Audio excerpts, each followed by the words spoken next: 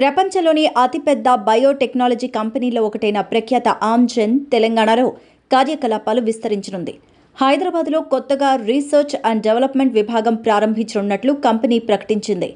America పర్యటనలో భాగంగా ముఖ్యమంత్రి రేవంత్ రెడ్డి నేతృత్వంలో పరిశ్రమల శాఖ మంత్రి దుద్దిళ్ల శ్రీధర్ బాబు ఉన్నతాధికారుల బృందం శాన్ ఫ్రాన్సిస్కోలోని ఆమ్జెన్ R&D కేంద్రంలో ఆ కంపెనీ ఎండీ డాక్టర్ డేవిడ్ రీస్, నేషనల్ ఎగ్జిక్యూటివ్ సోమ్ చటోపాధ్యాయతో సమావేశమై ఈ మేరకు ఒప్పందం చేసుకున్నారు.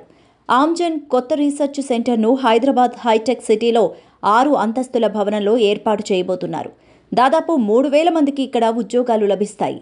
ఈ ఏడాది చివరి త్రైమాసికం నుంచి కంపెనీ తమ కార్యకలాపాలు ప్రారంభించనుంది.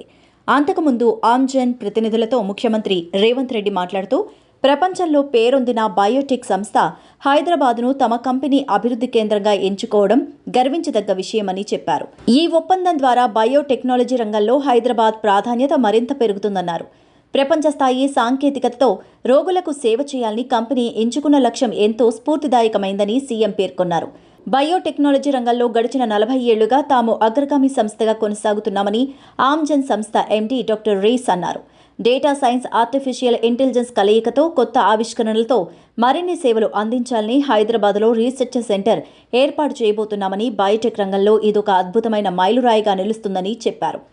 ఆమ్జెన్ ఇండియా తన కొత్త రీసెర్చ్ సెంటర్ ఏర్పాటుకు హైదరాబాద్ను కేంద్రంగా ఎంచుకోవడం ఆనందంగా ఉందని, దీని ద్వారా ప్రపంచ స్థాయిలో లైఫ్ సైన్సెస్ రంగానికి పూర్తి అనువైన ప్రాంతం హైదరాబాదే అంటూ మరోసారి రుజువైందని పరిశ్రమల శాఖ మంత్రి శ్రీధర్ బాబు అన్నారు. కంపెనీ విస్తరణకు ప్రభుత్వం సహకరిస్తుందంటూ మంత్రి భరోసా ఇచ్చారు. ఆమ్జెన్ కంపెనీ ప్రపంచవ్యాప్తంగా 100 దేశాల్లో విస్తరించి ఉంది. దాదాపు 27,000 మంది ఉద్యోగులు ఉన్నారు.